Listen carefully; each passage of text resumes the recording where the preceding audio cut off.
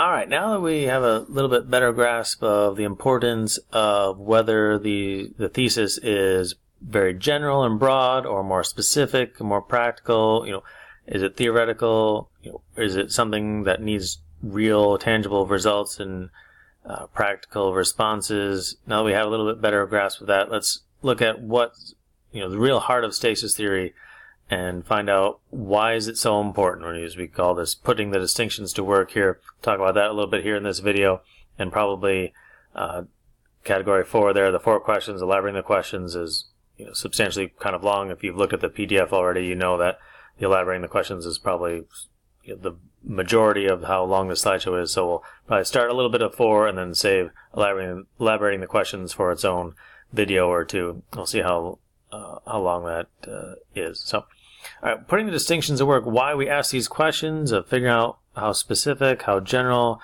you begin. It helps you to fight the battle on your grounds. You get to then determine what the nature of this issue is. And especially as you frame your thesis, that's going to be important to make sure you have specifically figured out what the parameters of your thesis, what kind of research you're doing, and then that can help you in effect. With the judges, if they ask you questions, then it's easier to say, well, that's an interesting question. That wasn't quite exactly what I spent my time researching on. You can still try to give them a good answer anyway, but you are fighting your battle by framing these questions. You've asked this, stasis theory, asking the right questions, how specific, how general it is. And it's important to do that because if you just let your opponent determine, the category and the grounds for your discussion, you might be at a big disadvantage, especially in, debate and personal conversation, things like that. So also, as we said, you're going to confirm your points and refute to your opponents. And you're going to imagine the kinds of questions that your opponents will argue before you even start writing and before you even start presenting this issue. Asking these questions of how specific, how general is going to get you a better understanding of the different sides of the issue, as we said.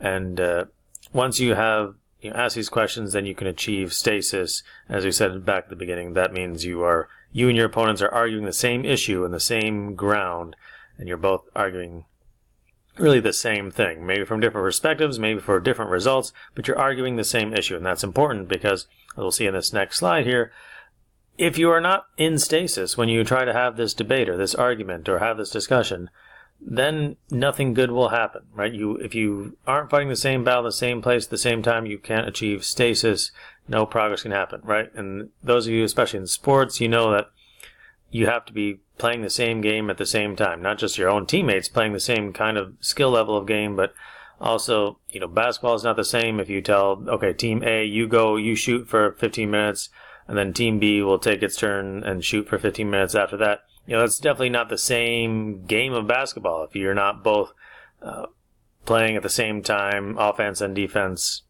together. So the same general sort of thing with ideas and debates and rhetoric is that you have to achieve stasis. You both have to be doing the same thing at the same time. Because if you're not arguing the same issue, we'll take a look at this example, popular, unfortunately, example of abortion, right? And as you probably know and have heard in debates and TV shows and podcasts and clips, for years and years and years and decades now, it seems like no progress has ever been made in this issue of abortion. And that is because I suspect that the two sides trying to debate this issue are not in stasis. That the two different sides are arguing two different ideas fundamentally, right? And this is certainly broad generalizations, but I think the basic premises are true, right?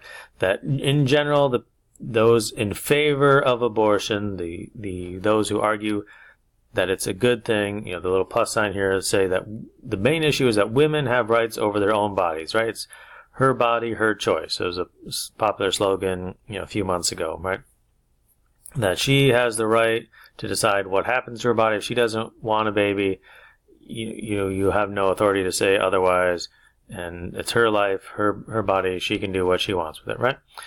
Generally, those who are opposed to abortion philosophically, more often than not, say that abortion is murder, right?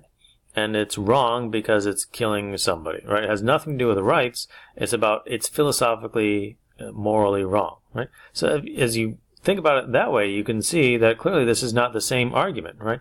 Rights versus morality, pro-life versus pro-choice, those are, as sometimes it's phrased, that's not a fair argument. That's not a real reasonable, stasis or argument or issue, right?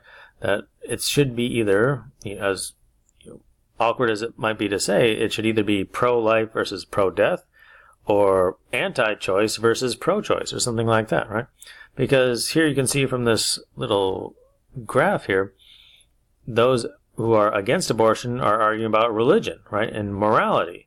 What is right and what is wrong. Whereas the rights over in the plus side, those in favor of abortion, when they're talking rights, they're not talking right and wrong in the same morality, religious sense. They're talking about political, illegal rights, maybe something to do with ethics, but not the same thing as morality, as I'm sure you and Mr. Burgoyne are talking about pretty soon in Bible class, right?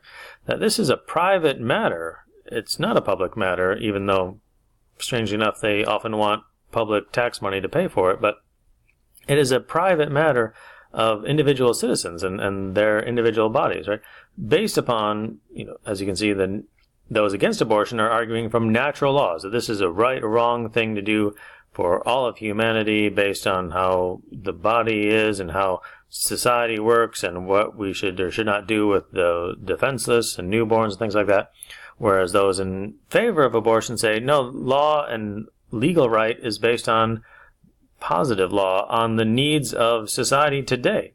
It has nothing to do with how things have always been and nothing to do with necessarily out in nature. It is based on what sometimes it is just and justifiable right now, and maybe underneath that, really what is popular right now, whether it's really true or not. So those against abortion argue on philosophy and theological grounds. The Bible says it's wrong. Murder is an immoral thing. Abortion is murder. It's not even, none of it's really scientific about where life begins, because it's certainly difficult either for both sides to really prove where life begins. And some of you may be disagreeing with that notion, but you can certainly debate it on your own time. But for our, purposes right now, it's still pretty difficult, certainly, to get both sides to agree where life begins. And even if that matters, does the beginning of life matter in this issue of rights versus religion, politics versus theology? And for many people on either side of this issue, they might not agree that the origin of when life begins at conception or birth or whatever, if that even matters. So you can see it's certainly a very complex issue, very complicated issue, and you can say, yes, in one real sense, no progress has ever been made on this issue because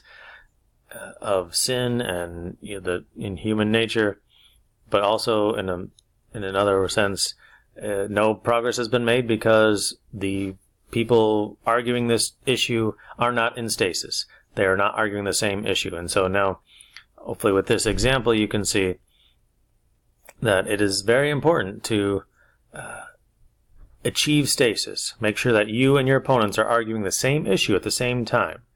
Okay? And that's why stasis theory here is so important. So, said we might, talk about a little bit of category 4 here, just a few thoughts. So here's where we're going next here. So when you are, talking about stasis theory, you continue, we've been saying throughout these videos, you're asking questions, right? But it's not just, should it be general or specific? There are actual real questions that you need to ask. And so let's give you a brief overview of those here at the end of this video, and then we'll start elaborating them in the next video. All right. So when we're talking stasis theory, you're thinking about levels of general and specific, but then you're getting to 4 main questions: conjecture, definition, quality, and policy. The first one, conjecture, did something happen? Did it exist? No, like I said, we'll elaborate these more in the next video, but just want to let you know briefly here where we're going. Definition, what kind of a thing is it? Assuming that it exists, it did happen, what kind of thing is it?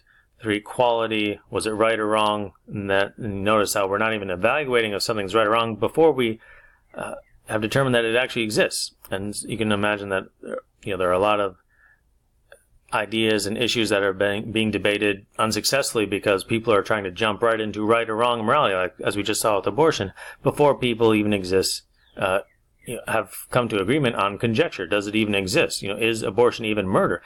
We can agree probably that murder is wrong, but if people don't agree that abortion is murder, then you can't jump right to quality before you've even achieved stasis on conjecture and definition. So these questions need to be addressed and asked in this order, especially 1, 2, and 3.